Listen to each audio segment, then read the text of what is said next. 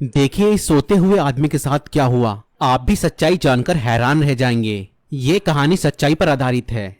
एक शख्स रात में बिस्तर पर लेटा हुआ था। वह करवटें बदल रहा था, मगर उसको नींद नहीं आ रही थी। वह कोशिश कर रहा था कि किसी भी तरह उसे नींद आ जाए, मगर उसे नींद नहीं आ रही थी। फिर वो अपने बिस्तर पर से खड़ा हुआ और कपड़े पहनने लगा। अरे, आप इतनी रात में कहाँ जा रहे हो? मुझे बहुत बेचैनी हो रही है और मुझे जाना है। मगर इतनी रात में आप जा कहाँ रहे हो? अरे रुको, अरे सुनो तो, बेचैनी हो रही है। मुझे तो कुछ समझ नहीं आ रहा। आखिर इनको हुआ क्या है? और वह व्यक्ति अपनी गाड़ी में बैठा और दूर निकल गया और एक चर्च के पास जाकर अपनी गाड़ी रोकी और यह सोचकर चर्च के अंदर दाखिल हुआ कि कुछ देर एकांत में खुदा से प्रार्थना करूंगा और मेरे मन को शांति मिलेगी और मेरी बेचैनी दूर होगी। और मैं जैसे ही प्रार्थना करने बैठा तो मुझे किसी के सिसक सिसक के रोने की आवाज सुनाई पड़ी।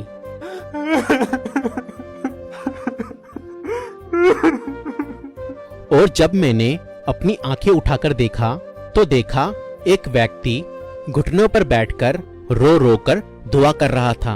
अरे, यह व्यक्ति इतनी रात गए यहाँ रो रो कर किसके लिए दुआ मांग रहा है? और यह देखकर मैं उस व्यक्ति के पास गया और उससे इतनी रात में चर्च में बैठकर रो रो कर दुआ करने की वजह पूछी। भाई, क्या हुआ? आप इतनी रात में चर्च में बैठकर रो रो कर दुआ कर रहे हैं, सब ठीक तो है ना?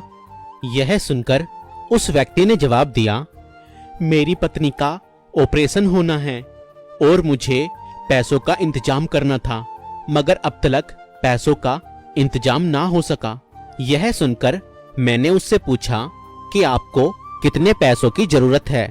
और वह व्यक्ति कहने लगा, मुझे 50,000 रुपयों की जरूरत है। और यह सुनकर मैंने अपना फोन निकाला और उसकी अकाउंट डिटेल्स लेकर उसके अकाउंट में 50,000 रुपये ट्रांसफर कर दिए। भाई, मैंने आपके अकाउंट में 50,000 रुपये ट्रांसफर कर दिए हैं। परमेश्वर आपको आशीष दे और आपकी पत्नी का ऑपरेशन अच्छे से होने पाए। और जैसे ही मैंने उस भाई को 50,000 रुपये दिए, मेरे दिल में बड़ा सुकून पड़ गया और मेरे अंदर की बेचैनी खत्म हो गई। और मैं यह सोचने लगा, शायद इस भाई की मदद के लिए ही मुझे भेजा गया है। भाई, यह मेरा कार्ड है। आपको जब भी मुश्किल समय में मदद की आवश्यकता हो, आप मुझसे फोन पर बात कर सकते हो। मैं आपके मुश्किल समय में आपकी मदद कर दूंगा। मुश्किल समय में मुझे आपसे बात करने की जरूरत नहीं है। मुश्किल समय में मेरे पास एक बात करने वाला है। यह सुनकर मुझे बहुत हैरानी हुई और मैंने उस भाई से कहा, तुम किससे मदद मांगोगे? अपनी परेशानियों में, अपनी मुश्किलों में? तो उस भाई ने मुस्कुराते हुए कहा कि जिसने आज तुम्हें भेजा, कि जिसने आज तुम्हें भेजा, कि जिसने आज तुम्हें भेजा। ओ मेरे खुदा, जब भी मुश्किलें आएं और आप मुसीबत में हो तो सिर्फ एकमात्र सच्चे खुदा की ही इबादत में अपने सर को झुकाएं और उससे ही मदद मांगे। वह बहुत भला है, वह अवश्य ही आपकी मदद करेगा और आपकी मदद करने के लिए किसी न किसी को खड़ा करेगा। आपकी प्रार्थनाएं व्यर्थ नहीं जाएंगी। बस अपने पूरे हृदय से उस सच्चे खुदा को अपनी मदद के लिए पुकारें, वह अवश्य ही उपाय करेगा।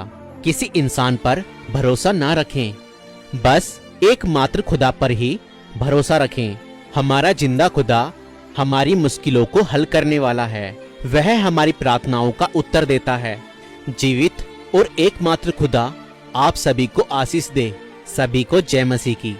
अगर आप हमारी सेवकाई को सपोर्ट करना चाहते हैं तो आप हमें फोन पे, गूगल पे, पेटीएम और यूपीआई भी कर सकते हैं। डिटेल्स डिस्क्रिप्शन में